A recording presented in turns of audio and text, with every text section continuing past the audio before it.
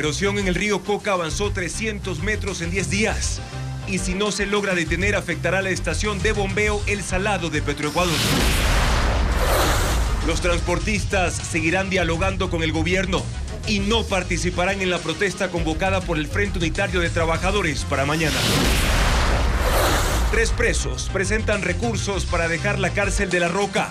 Jorge Glass dice que es mordido por ratas. Pablo Muentes, que perdió 60 libras. Y Wilman Terán, que recibe tratos crueles. La abogada de la familia de la teniente Pamela Atti busca que se dicte prisión preventiva a los 4 militares investigados por el crimen. En la segunda entrega sobre los contratos colectivos de las empresas públicas, Televistazo detalla cómo los trabajadores de CENEL tienen uno con prebendas impresionantes. Con vientos de hasta 200 kilómetros por hora, Beryl llegó a la isla de Jamaica como un huracán categoría 4 y provocó intensas lluvias y marejadas ciclónicas. El entrenador Félix Sánchez Vaz no asegura su continuidad al mando de la selección ecuatoriana de fútbol luego de la Copa América.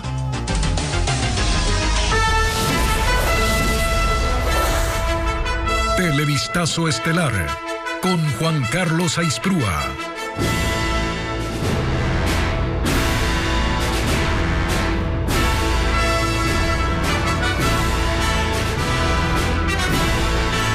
Miércoles 3 de julio, amigos, bienvenidos a Televistazo estelar. Comenzamos. La erosión del río Coca avanza y cada día se acerca a la infraestructura de captación de la central hidroeléctrica Coca-Codo Sinclair. Las obras de mitigación del fenómeno están en espera y el riesgo sobre la planta se incrementa. Francisco Garcés con más detalles. La erosión del río Coca avanza y con ella la amenaza de destrucción de la infraestructura de captación de agua de la central Coca-Codo Sinclair. Este año la erosión se aceleró debido a los altos caudales en el río Coca, en especial las últimas semanas. El comportamiento del fenómeno cambió radicalmente en relación al año pasado, cuando se mantuvo estable a más de 7 kilómetros de la infraestructura de captación de la hidroeléctrica. El 2 de febrero la erosión retrocedió súbitamente 200 metros y se colocó a 7 kilómetros 300 metros de la central. En ese punto la erosión se mantuvo por 135 días hasta que llegaron las lluvias. El 17 de junio avanzó 500 metros y el frente de la erosión se midió a 6 kilómetros y 800 metros de la planta generadora. Desde esa fecha el fenómeno se aceleró. El 22 de junio estaba a 6 kilómetros y 400 metros. Y el martes 2 de julio había avanzado 300 metros más y estaba ya a 6 kilómetros y 100 metros de la infraestructura de la hidroeléctrica. Es decir, la erosión desde febrero avanzó 1,5 kilómetros y cada vez está más cerca de la principal hidroeléctrica del país. Ese avance pone también en riesgo las obras planificadas para mitigar sus efectos y salvaguardar la infraestructura estratégica del Ecuador. El mes pasado ya sobrepasó el punto en el que está planificada la construcción de un dique permeable que debía servir para atrapar sedimentos y hacer que la pendiente del río no se incremente para que la erosión se haga más lenta. Ahora está a un poco menos de 2 kilómetros del punto en el que se tiene planificada la construcción de 13 pantallas de hormigón que deben formar gradas en el lecho para hacer que la energía del río se disipe. Son las 2 obras principales del plan para salvar a Coca-Codo Sinclair frente a la erosión que avanza, aunque su construcción no ha empezado. Y la estación de bombeo El Salado del sistema de oleoducto transecuatoriano SOTE también está en peligro por la erosión del río Coca. Petroecuador ordenó un estudio para la reubicación y nuevo trazado del SOTE y el poliducto. Paul Romero describe la situación. La erosión regresiva del río Coca amenaza con dejar al país también sin petróleo. El fenómeno natural avanza aguas de arriba. Además de la captación de Coca-Codo Sinclair, Televistazo constató que se aproxima a la estación de bombeo de El Salado del sistema de oleoducto transecuatoriano SOTE en el cantón El Chaco. Las 2 construcciones están en el kilómetro 112 de la vía Quito-Lago Agrio, casi juntas, apenas divididas por la carretera.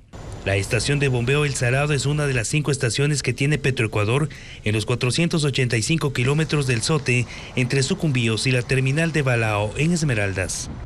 Esta infraestructura también está en riesgo y podría desaparecer si la fuerza de la erosión avanza sin contención. La estación El Salado es estratégica para el bombeo de crudo por la cordillera oriental. Tiene 5 tanques de almacenamiento de petróleo, un grande y 4 medianos, máquinas de alta presión, generadores, motores, tuberías. Ecoavisa consultó a Petroecuador si hay un plan para salvar la estación y evitar la suspensión del bombeo de petróleo. Mediante correo electrónico, respondió que desde el inicio de la erosión implementó un plan de gestión de riesgos y de contingencia para mitigar los impactos de la infraestructura hidrocarburífera. No especificó en qué consiste, aunque añadió que hay un estudio topográfico de la geología, un mapa de amenazas y riesgos con un análisis social y ambiental, en el cual también se determinan rutas y trazados. Está en revisión, según dice el estatal, el producto final del estudio de prefactibilidad para la construcción de la variante definitiva del Sote y poliducto Chuchufindi-Quito en la zona de riesgo. Petroecuador no dice el monto y la fecha de entrega del estudio definitivo. Transportistas llegaron a acuerdos con el gobierno y no participarán de las marchas previstas para mañana. Se creará una mesa permanente de seguridad y se va a exonerar del IVA en accesorios y repuestos para las unidades de transporte. Adriana Bermeo cubrió la reunión. Los transportistas no participarán en las protestas en las calles de este jueves. Así lo decidieron los gremios tras la reunión de casi 2 horas con los ministros de Gobierno Miquel Sensi Contugui y de Transporte Roberto Luque la mañana de este miércoles en Quito. Con ellos pactaron mecanismos de compensación por el incremento de las gasolinas Extra y Ecopaís. Se descarta la posibilidad de paralizar cualquier actividad del transporte. Hay un compromiso serio y en eso lo hemos hecho hincapié a los señores ministros del Estado. Queremos el compromiso formal de ustedes de que estos ofrecimientos se van a cumplir. Lo dijimos en ocasiones anteriores, caso contrario el mismo gobierno se estaría pegando un tiro en los pies. Esta postura es el resultado de 3 acuerdos. Exonerar a los transportistas del pago del IVA en repuestos y accesorios. Aumentar la vida útil de las unidades de transporte en 2 años, que actualmente es de 20 para buses y de 15 para taxis. Y facilitar el acceso a créditos productivos para los miembros del sector. El tiempo previsto para ejecutar estas resoluciones es de 2 meses. Además, se decidió crear la Mesa Permanente de Seguridad que se instalará el próximo martes en la Gobernación del Guayas. En ella participarán el gobierno, la policía y las Fuerzas Armadas. El pedido más imperativo es que se militaricen las carreteras más peligrosas. La ruta Santo Domingo, Quevedo, Babahoyo, Guayaquil. La ruta Guayaquil hacia Manabí. La ruta Guayaquil hacia El Oro. La ruta Guayaquil hacia el Azuay y la ruta Esmeraldas hacia Quirindé. Los transportistas también piden la creación de puntos de estacionamiento seguros en las carreteras y de chats integrados con la policía para la intervención inmediata en caso de asaltos. Las mesas técnicas de compensación terminarán la próxima semana y la mesa de seguridad se mantendrá. Mientras tanto, organizaciones sociales y sindicales anuncian que las marchas para este jueves serán en 23 provincias. Las acciones están planificadas y no será una paralización nacional. Valeria Navarro amplía esta información. El Frente Unitario de Trabajadores y el Frente Popular convocaron para este jueves 4 de julio en la tarde a manifestaciones por la eliminación de los subsidios a los combustibles Extra y Ecopaís. 18 organizaciones sindicales y sociales marcharán desde las plazas y parques en las 23 provincias hacia las gobernaciones centrales. No será un paro nacional. No habrán salidas de vías, son marchas hacia el corazón donde se está definiendo la política neoliberal del gobierno, que es la Casa Presidencial y que son las gobernaciones. A esta jornada no se suma la CONAIE. El Seguro Social Campesino hará plantones en la mañana. En Quito, la marcha partirá a las 16 horas de la tarde desde la Caja del Seguro. No podrá ingresar a la Plaza Grande y además el presidente Daniel Noboa no estará porque esta noche viaja al Perú para reunirse con la presidenta Dina Boluarte en el 15º Gabinete Binacional. En Guayaquil la concentración será en el Parque Centenario a las 16 horas y en Cuenca en el Parque San Blas a las 5 de la tarde. La UNE ha difundido en redes sociales el cronograma para resto de ciudades. El incremento de 26 centavos al precio de la gasolina Extra y Ecopaís es el principal reclamo de las organizaciones sociales. Su lema es: sube la gasolina, sube todo. Significa un alto costo de vida que ya estamos viendo en estos primeros días, significa agudizar aún más la pérdida del poder adquisitivo de la gente que por lo menos tiene un ingreso. Tercero es el tema de la inflación. Las organizaciones sociales califican estas marchas como progresivas si el presidente Daniel Noboa no deroga el decreto 308. Pablo Muentes, Wilman Terán y Jorge Glass quieren salir de la cárcel de máxima seguridad La Roca. Hoy en audiencias distintas alegaron problemas de salud y pruebas nuevas para pedir a los jueces que los saquen de esa prisión con otras medidas o a otros lugares. A Terán le negaron el recurso. Glass y Muentes esperan ahora el fallo, informa Jacqueline Rodas.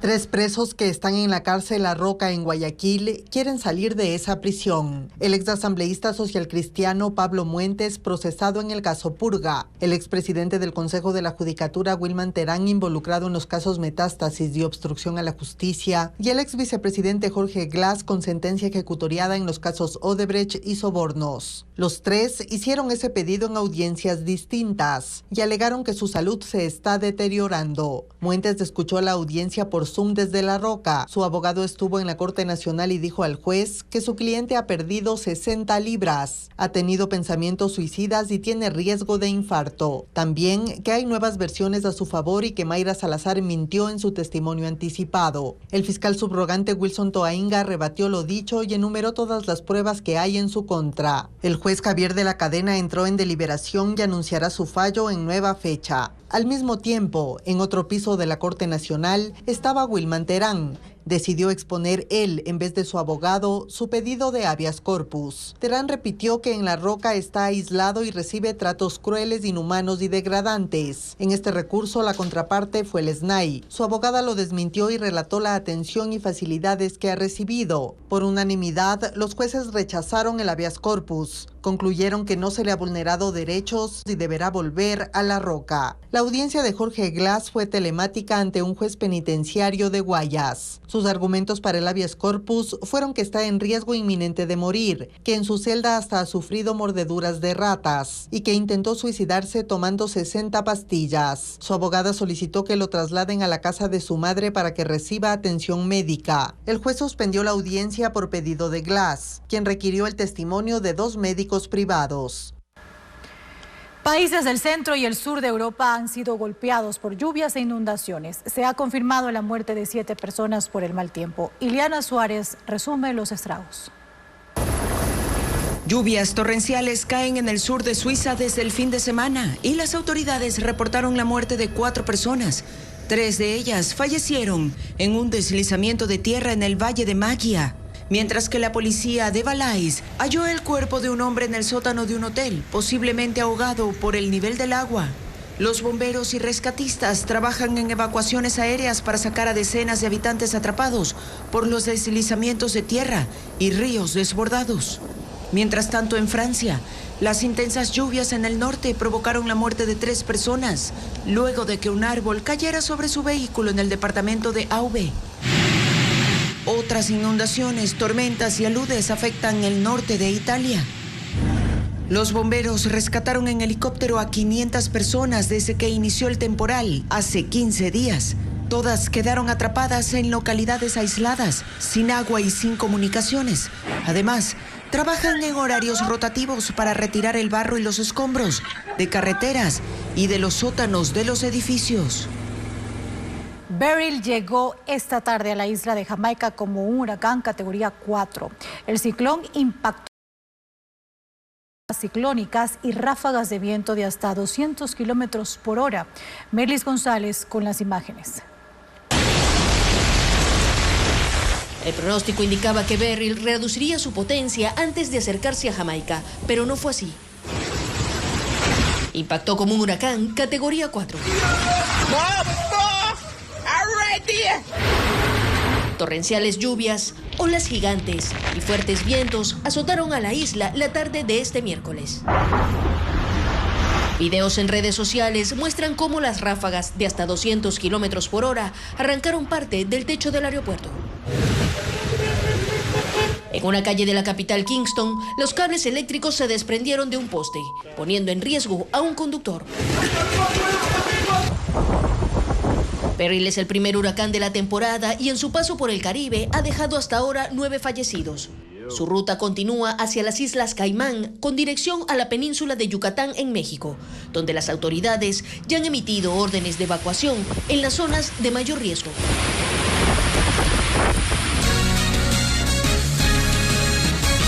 Por segundo día consecutivo, el puente internacional de Rumichaca permanece bloqueado por vehículos de carga pesada de Colombia.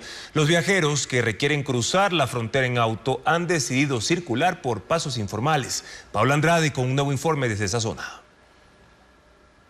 Con el cierre del puente internacional de Rumichaca, que inició el lunes al mediodía, conductores de vehículos livianos han empezado a trasladarse por los pasos informales, como el de la parroquia Urbina del Cantón Tulcán, para llegar hasta territorio colombiano. Hasta ahora, cerca de 400 vehículos han cruzado la frontera por este estrecho camino de segundo orden. Urbina está a 8 kilómetros de Ipiales, en Colombia. La ruta desde el centro de Tulcán toma 1 hora. Por sus dimensiones, solo pueden pasar carros pequeños y únicamente camiones vacíos de 5 toneladas. En el límite fronterizo de Urbina hay un puesto de aduana y al momento 60 militares del batallón Mayor Galo Molina patrullan en grupos de 15, y otros 3 pasos informales en los sectores de Río Carchi, La Pintada y Calle Larga. Cacheo de los vehículos con canes entrenados de antinarcóticos y verificando que no existan ningún tipo de contrabando.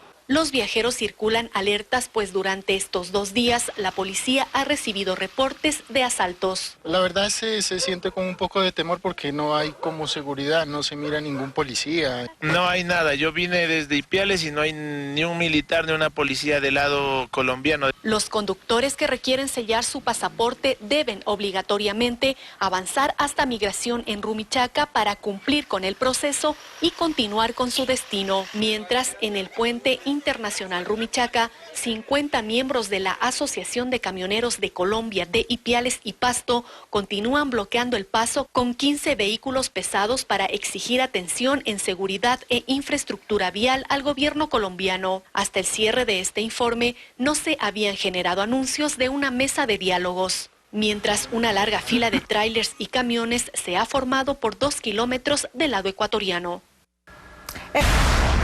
El Ministerio de Energía y Minas tiene una nueva autoridad luego de que el ministro Roberto Luque estuvo encargado por 2 meses. El actual funcionario es Antonio Goncalves, quien ya formó parte del equipo de Luque durante ese tiempo. Diego Cuenca describe esta transición. El Ministerio de Energía culminó un proceso de transición. Roberto Luque, que estuvo encargado de esa cartera de Estado por 2 meses, ahora se dedicará exclusivamente al Ministerio de Transporte y Obras Públicas para atender las emergencias en las vías destruidas por el invierno. Por eso, el Ministerio de Energía y Minas desde ese martes está liderado por Antonio Goncalves, un economista guayaquileño de 62 años, que no es nuevo en esa casa ministerial, porque desde el 16 de abril fue asesor de Luque para enfrentar los apagones como consecuencia de la crisis energética. Es decir, trabajó en las medidas que aplicaron y en los proyectos que están en proceso. Entonces la transición ya fue dada, el equipo de trabajo es el que hemos formado junto a él y en realidad él está hecho cargo ahora. Yo seguiré en ciertos temas como presidente del gabinete sectorial. El cargo de Goncalves como nuevo ministro se oficializó este martes por decreto presidencial y según su currículum, tiene experiencia en gestión de proyectos en el Banco Interamericano de Desarrollo BID, donde laboró por 33 años y durante ese tiempo ocupó 6 cargos. Televistazo conoció que esa cartera de Estado trabajará con el enfoque de dar paso a las alianzas públicos-privadas para desarrollar obras como parte de la postura del gobierno. El principal reto es poner en marcha 5 proyectos energéticos que generen 580 megavatios, que servirán para enfrentar el estiaje, que empezará en octubre y se extenderá hasta marzo del próximo año. En el nuevo decreto de estado de excepción, el gobierno habla de un incremento alarmante de las muertes violentas en al menos 7 provincias, incluidos 115 menores de edad. Pese a que en un reciente anuncio, el bloque de seguridad reportó en cambio una reducción del 17% a escala nacional. Luisa María Heredia con las cifras. El tercer decreto emitido por el presidente Daniel Noboa para mantener a los militares en las calles de los 7 cantones y provincias más violentas del país tiene 49 páginas. En las 45 primeras se exponen los motivos por los que el gobierno considera necesario mantener un estado de excepción focalizado, que ya en 2 ocasiones la Corte Constitucional lo ha rechazado. El apartado Fundamentos Fácticos comienza con una lista de titulares de notas de prensa y posteos de redes sociales sobre crímenes registrados en las últimas semanas. Luego cita 3 informes del Centro de Inteligencia Estratégica y 4 de las Fuerzas Armadas que están calificados como secretos, pero que se refieren a la presencia de grupos armados organizados y al cometimiento de delitos en los puntos más críticos. El documento incluye cuadros con cifras proporcionadas por la policía que evidencian un aumento de la inseguridad en la mayoría de localidades en las que rige el estado de excepción. En Manabí, por ejemplo, se contabilizaron 315 homicidios intencionales entre el 1 de marzo y el 19 de junio. 14% más que en el mismo periodo del año pasado. En Los Ríos, en cambio, hubo 260, 12% más que en 2023. En Orellana, 27, lo que equivale al doble de lo registrado un año antes. En Santa Elena, 75, que es un 10% más. Y en Azuay, provincia a la que pertenece el cantón Camilo Ponce Enríquez, que forma parte de la lista, 26, lo que significa un incremento del 37%. Solo en Guayas y El Oro las muertes violentas han disminuido, aunque juntas suman otros 973 casos. El lunes, en una rueda de prensa del bloque de seguridad integrado por el gobierno, la policía y las Fuerzas Armadas, la ministra del Interior, Mónica Palencia, aseguró que había una reducción de la violencia del 17% a escala nacional. Sin embargo, en el decreto también consta que entre marzo y junio han fallecido 115 menores de edad como consecuencia de la criminalidad, 56 en Guayas, 19 en Los Ríos y 10 en Manabí. Es por eso que el gobierno concluye en el documento que la criminalidad ha escalado cualitativa y cuantitativamente un grado de intensidad alarmante e inusitado en al menos 7 provincias. Además, el estado de excepción a 6 provincias que emitió el presidente de la República deberá pasar el filtro de la Corte Constitucional, y es que ese organismo rechazó esta medida en 2 ocasiones. Ahora expertos indican que hay nuevos elementos. Diego Puente con el informe. Los argumentos que el presidente esgrime en 45 páginas para defender la declaratoria de estado de excepción están lo suficientemente fundamentados para esta vez sí convencer a la Corte Constitucional. La pregunta es clave porque esos magistrados ya tumbaron decretos similares en mayo y junio. Según el constitucionalista David Villasís, el mandatario corrigió errores de fondo y de forma.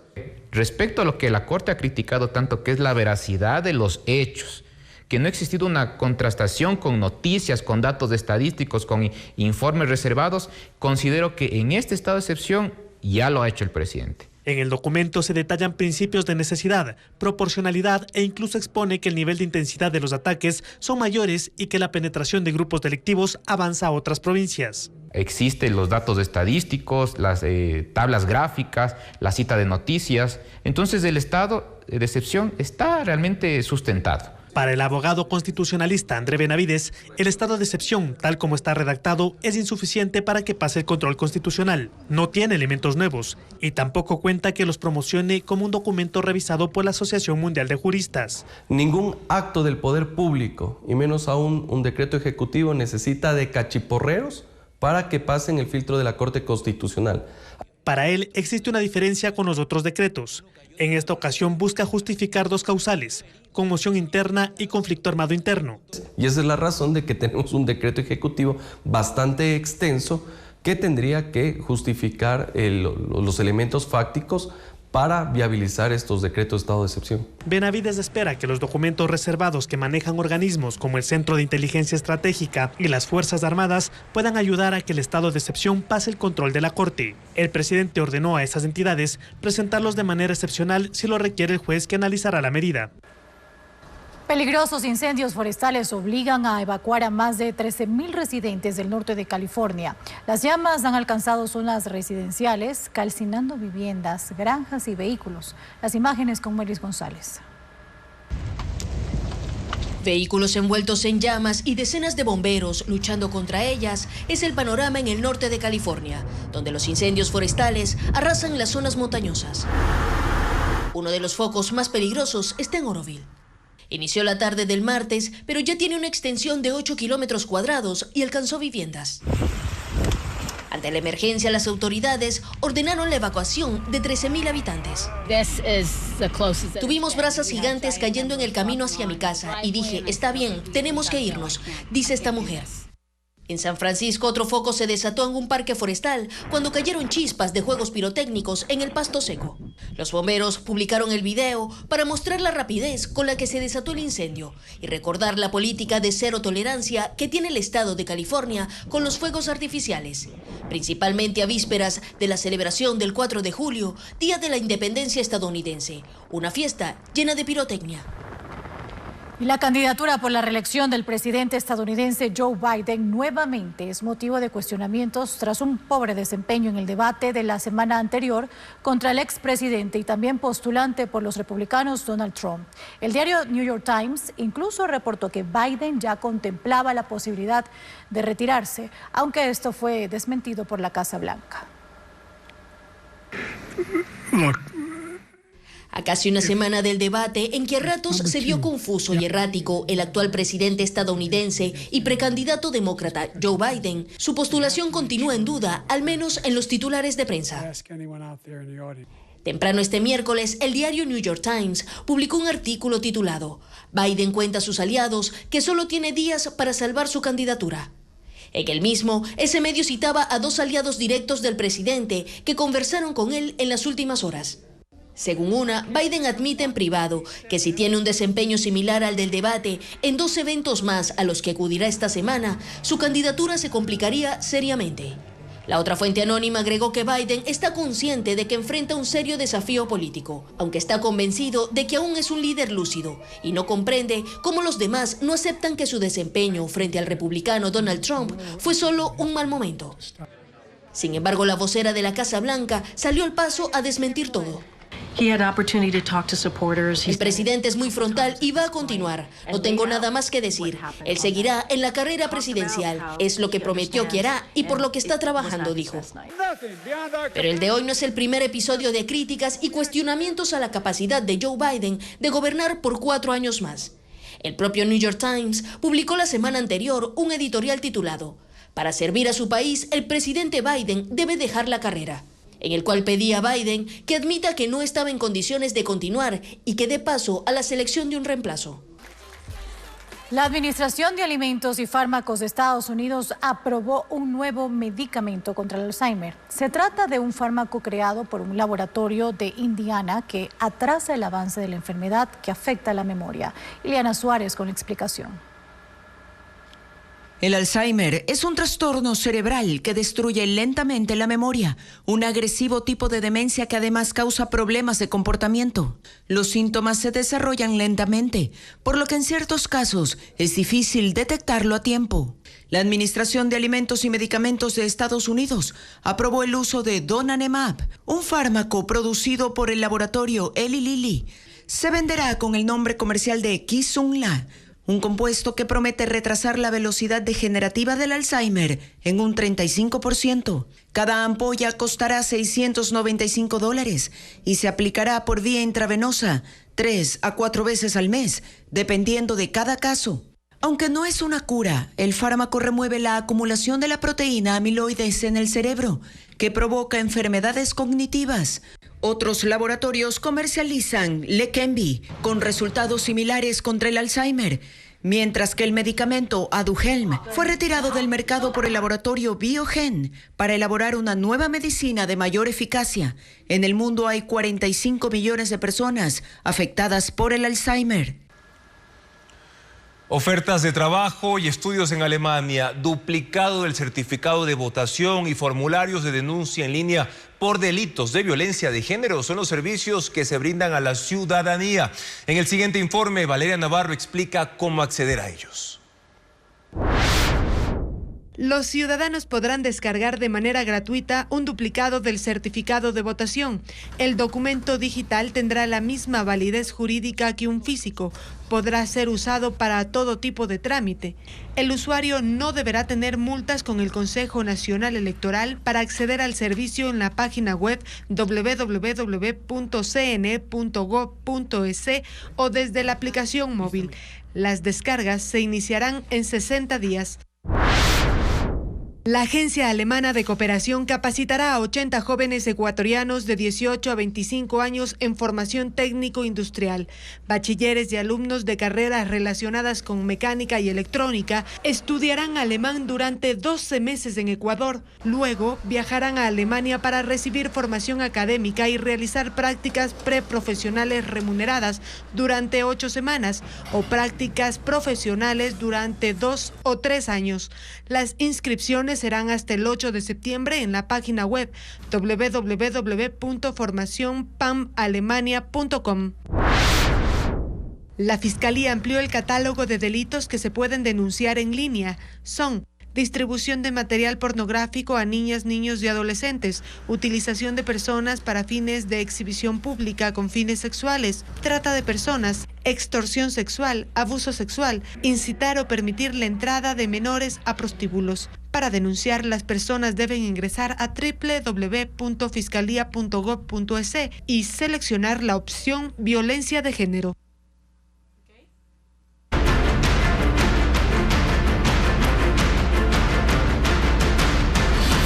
Burocracia, los privilegios dorados. El Ministerio de Trabajo busca la nulidad de 4 contratos colectivos en empresas públicas, uno de ellos entre la Corporación Nacional de Electricidad y el Comité de Trabajadores. El documento incluye bonificaciones por antigüedad que pueden triplicar el salario, la obligación de CNEL de otorgar préstamos y otros beneficios, como lo informa Luis Alfredo Zúñiga.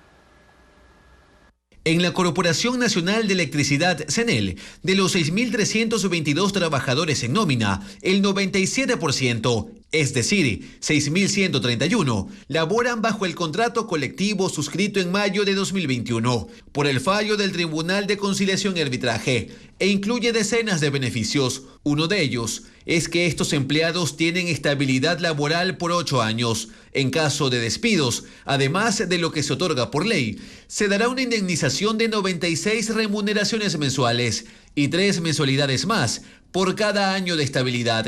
Si se trata de un dirigente sindical, se aumentan 15 salarios, mientras si existe renuncia voluntaria, se pagarán 7 salarios básicos unificados por cada año de servicio, como liquidación. El monto más alto es el que un trabajador puede recibir por el concepto de subsidio por antigüedad.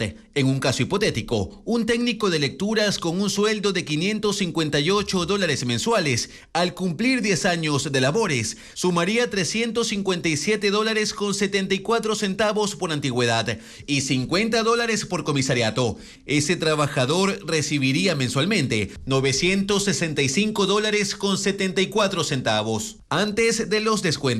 En la nómina real de CNEL hay casos excepcionales, como el de un director administrativo financiero que tiene 24 años enrolado, percibe $4.812.35 al mes y también $4.016.89 por antigüedad, más comisariato. Eso le da un total de $8.879.24 por mes. El que más dinero recibe es un líder de servicio al cliente, con 42 años de labores. Tiene un sueldo de $5.455, pero por subsidio de antigüedad le pagan $7.652.65, más otros beneficios. Su ingreso mensual total es de $13.171.45. En caso de accidentes, la empresa debe trasladar al empleado a una de las mejores clínicas de la ciudad. Se contempla traslados fuera del país, de ser necesario. Hay obligación de conceder préstamos para estudios de hasta $15.000. También para solares o viviendas, de hasta 20 remuneraciones. Por ejemplo, un trabajador con un sueldo de $2.000 puede acceder a un préstamo de $40.000 para su casa. El contrato contempla reconocimientos por tiempo de servicio de hasta 3 salarios extra a quienes han laborado por 30 años. Si se toma el mismo ejemplo de un colaborador que gana $2.000, al cumplir sus 30 años, recibiría una bonificación de $6.000 adicionales a su sueldo. Se incluye el servicio de guardería para hijos de hasta 7 años y en caso de no estar disponible, el trabajador recibirá un salario básico por cada hijo. La Secretaría General del Comité de Empresas ha asegurado que no están recibiendo parte de estos beneficios, que están abiertos al diálogo y rechazan la emisión del reciente reglamento para contratos colectivos, mientras desde CNEL afirman que se entregará toda la información que requieran las autoridades. El presidente de la Asamblea Nacional calificó como ignorantada y mala fe la petición que realizó la jefa de la bancada oficialista, Valentina Centeno, para que se investigue al expresidente Rafael Correa por sus declaraciones, pidiendo sanción al país por la irrupción en la Embajada de México. Patricio Díaz informa que en ADN defendieron a su compañera. No habrá investigación al expresidente Rafael Correa.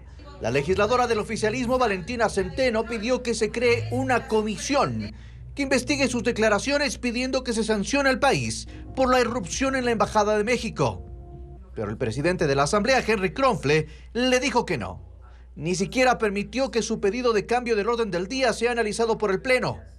En un comunicado, Kronfle dijo que esa solicitud era ilegal e inconstitucional, buscando fiscalizar a una persona natural que no ostenta ningún cargo público, y calificó el pedido como una ignorantada jurídica y mala fe.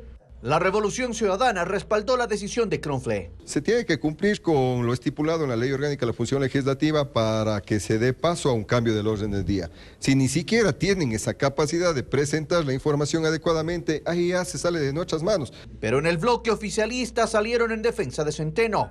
Lamentablemente las cosas están a la carta en este momento. Cuando unos partidos solicitan la creación de comisiones especializadas, son capaces de crear hasta la comisión del Día de la Carne. Pero cuando el día de mañana una bancada solicita que se investigue a temas que tienen que ver con líderes de los otros partidos políticos, ahí sí no pasa nada. Entonces está la carta, ¿no? El oficialismo no ha confirmado aún si insistirá en su pedido, pero la pugna con el correísmo y el Partido Social Cristiano se agudiza. La toma de la escuela, una obra basada en hechos reales, se estrenará en el Teatro de la Asociación Humboldt en Quito. Y en Guayaquil, la Orquesta Filarmónica ofrecerá un concierto en homenaje a la independencia de los Estados Unidos. Estefanía Arias ya tiene la agenda cultural. Ya no quiere cesar, la lluvia se ha desbocado. Es una obra basada en hechos reales que narra la vida de Phulan Devi, una mujer nacida en la India que fue víctima de violencia y cómo llegó a convertirse en una líder política. La toma de la escuela se estrenará en el Teatro de la Asociación Humboldt en Quito, dirigida por Rosario Frances. Las funciones serán el jueves 4 y viernes 5 a las 19 horas y el sábado 6 a las 18 horas. Un concierto de piezas emblemáticas en homenaje a la independencia de Estados Unidos, que se conmemora cada 4 de julio, será el que ofrecerá la Orquesta Filarmónica de Guayaquil en el Teatro Centro de Arte. Como invitados especiales estarán los artistas estadounidenses Jeffrey Doken y el compositor David Winkler, junto al pianista ecuatoriano Juan Carlos Escudero. El show gratuito será este jueves 4 a las 20 horas.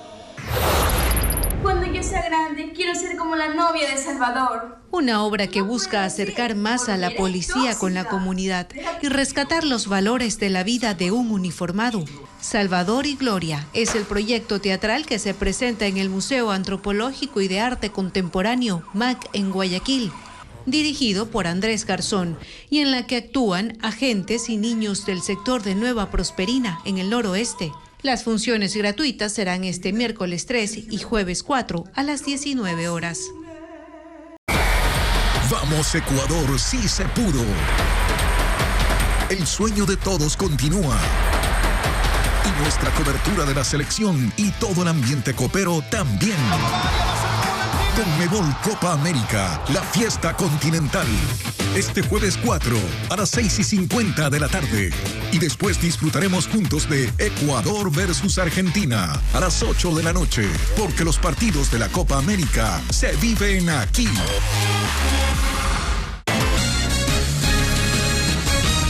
El oleoducto reinició operaciones después de 15 días de suspensión del bombeo de petróleo. La erosión del río Coca afectó la tubería que ya fue reemplazada en la zona de riesgo. Paul Romero con la actualización de la situación en esa zona. La madrugada de este miércoles, el oleoducto de crudos pesados OCP reinició el transporte de petróleo. El pasado 17 de junio cerró las operaciones por la reactivación de la erosión del río Coca, que afectó más de 200 metros de tubería en la parroquia Gonzalo Díaz de Pineda, Cantón El Chaco. La empresa modificó el trazado de la tubería y construyó 2 bypass entre los kilómetros 99 y 102 de la ruta Quito-Lago Agrio para alejar la infraestructura de la zona de peligro. 400 personas trabajaron las 24 horas para retomar las operaciones, que según el OCP se logró en tiempo récord para evitar más pérdidas. Por cada día de paralización se dejaron de transportar 151.000 barriles de crudo napo, de los cuales 51.000 corresponden a la producción de Petroecuador del bloque 43 ITT, entre otros campos. En los 15 días, el OCP dejó de transportar 2.265.000 barriles de crudo pesado que se comercializa en el mercado internacional a un promedio de $67 cada barril. Por esta emergencia entre Petroecuador y las empresas privadas, las pérdidas por venta son de $152 millones. Con el reinicio del bombeo, Petroecuador levantará la declaratoria de fuerza mayor y encenderá 55 pozos apagados por la emergencia.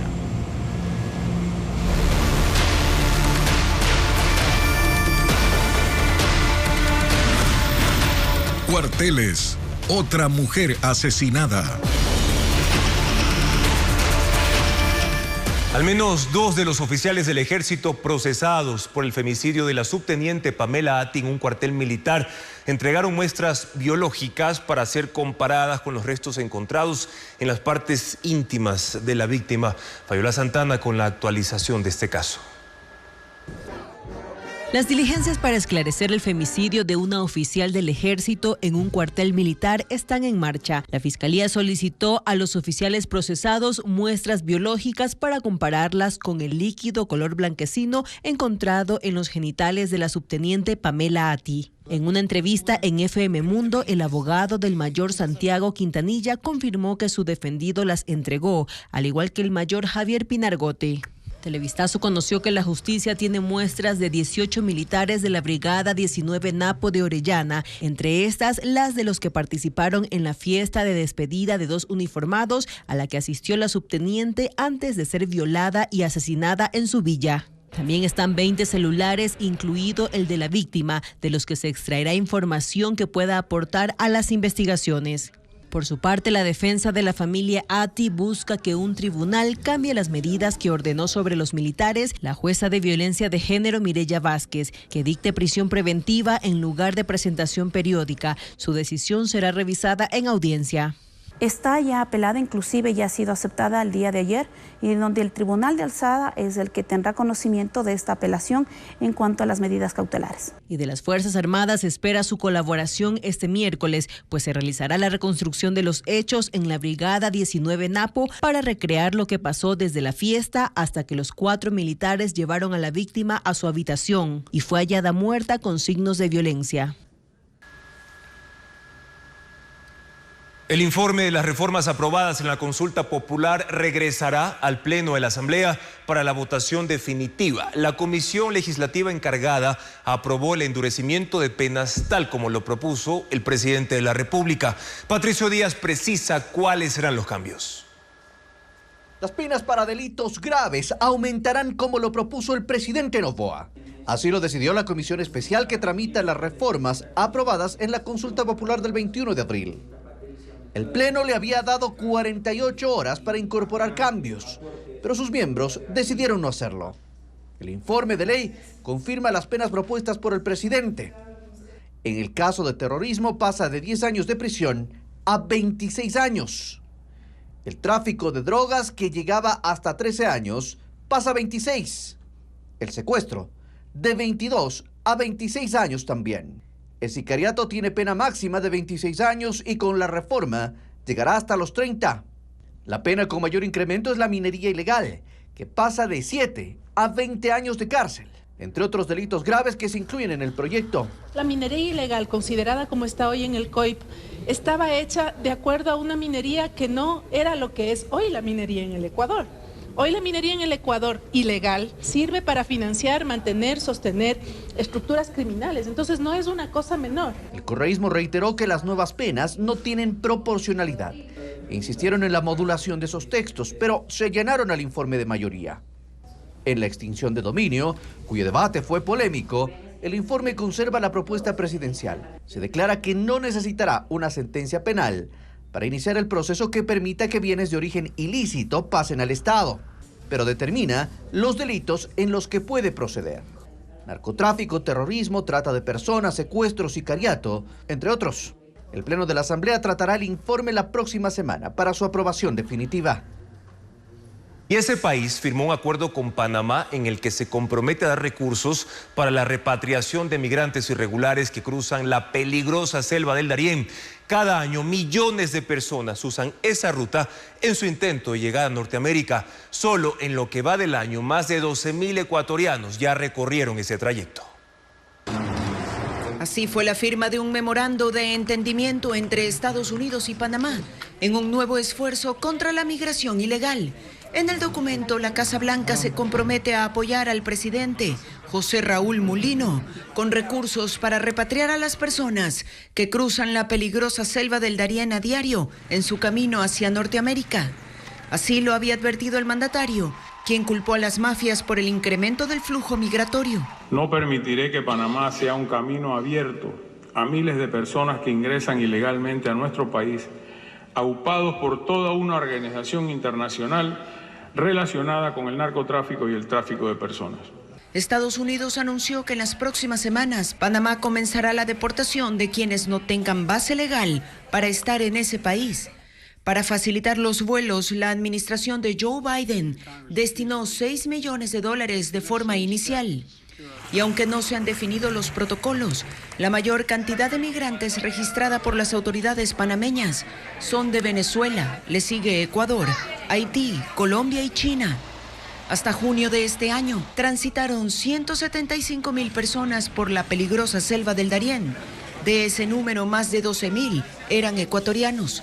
El 2023 cerró con más de 1 millón de personas que usaron esa ruta. El Servicio de Rentas Internas modificó los porcentajes de autorretención de los grandes contribuyentes a partir de junio. Originalmente estaba previsto que se recauden $2.300 millones en 2024 por ese concepto. Todavía las autoridades económicas no le han comunicado al país el impacto de ese cambio. Sin embargo, gremios empresarios lo rechazan e incluso lo consideran antitécnico. En la búsqueda de liquidez, el gobierno raspa la olla. El Servicio de Rentas Internas modificó los porcentajes de autorretención para los grandes contribuyentes a partir de junio. En unos casos el porcentaje se incrementa, en otros disminuye, pero según el sector empresarial, en el balance hay una afectación mayor al capital de trabajo e inversión de las empresas. Primero, se debe recordar que fue la Ley Orgánica de Urgencia Económica y Generación de Empleo la que estableció las autorretenciones del impuesto a la renta para los grandes contribuyentes, es decir, para las empresas que mayores ventas tienen en el país, 471 en total, que generan aproximadamente el 55% de los ingresos tributarios que tiene el fisco. Las autorretenciones no son otra cosa que la entrega mensual de estas empresas al Estado de un porcentaje de sus ventas gravadas. Estas autorretenciones en la práctica son un adelanto del pago del impuesto a la renta que debe hacerse cada año en el mes de abril, por lo que la liquidez de hoy será la falta de recursos en el 2025. Originalmente, con la autorretención que rige desde enero, Rentas Internas esperaba recaudar $2.300 millones en 2024, 1.300 millones más que en 2023. Y hasta el momento no han señalado cuál es el impacto previsto con la modificación de los porcentajes. Sin embargo, el Comité Empresarial Ecuatoriano señala que la modificación de los porcentajes de autorretención no sigue parámetros técnicos, sino que es una medida discrecional que impacta en la liquidez de las empresas y en sus operaciones económicas. Por ello, solicitan a las autoridades que se aclare la metodología y los fundamentos técnicos que se utilizaron para determinar los nuevos porcentajes, porque lo que está en juego es la estabilidad de quienes generan el mayor número de empleos en el país. Los mejores hits de los 2000 serán interpretados en la comedia La Pijamada, que se estrena en el Teatro Sánchez Aguilar en San Borondón. Una obra interpretada por los cantantes y actores María José Blum, Ana Paceri y Fabo Doja. Estefanía Arias con más de esta divertida propuesta teatral. Ponemos una selfie, vamos. Y digan whisky. ¡Whisky! Después de 20 años, Vivi y Paula citan a su mejor amigo del colegio, Ricky, a una pijamada. Pero es un reencuentro para vengarse de él, porque siempre se creyó el galán de las chicas. Así comienza esta divertida historia que será contada con los mejores éxitos de los 2000.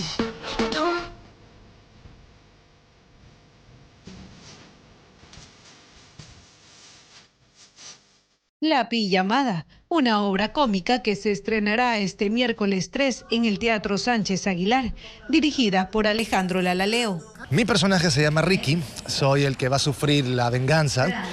Él nos espera todo esto que han armado, porque esto lo han armado en conjunto Vivi y Paula, entonces yo soy una víctima.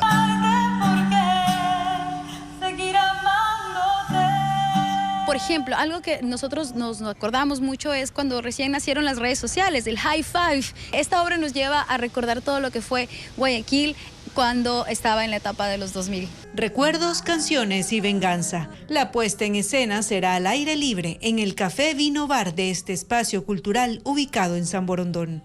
Las funciones serán todos los miércoles de julio a las 20 horas. Organizaciones sociales y sindicales anuncian que las marchas para mañana serán en 23 provincias y habrá cierres viales en distintos puntos. En el caso de Quito, la movilización partirá a las 4 de la tarde desde la Caja del Seguro Social en el centro de la ciudad. Las avenidas 10 de agosto y 6 de diciembre estarán cerradas, así que tomen precauciones. Gracias por su confianza y sintonía de siempre, amigos. Mañana en contacto directo estará Vladimir Porogni, abogado de uno de los imputados en el asesinato de la subteniente Pamela Ati, ocurrido en un destacamento militar. Además, nos acompañará Francisco Rivadeneira, director ejecutivo del Comité Empresarial, para explicar por qué se oponen al aumento del monto de autorretención del impuesto a la renta. Gracias por habernos acompañado, amigos. Buenas noches.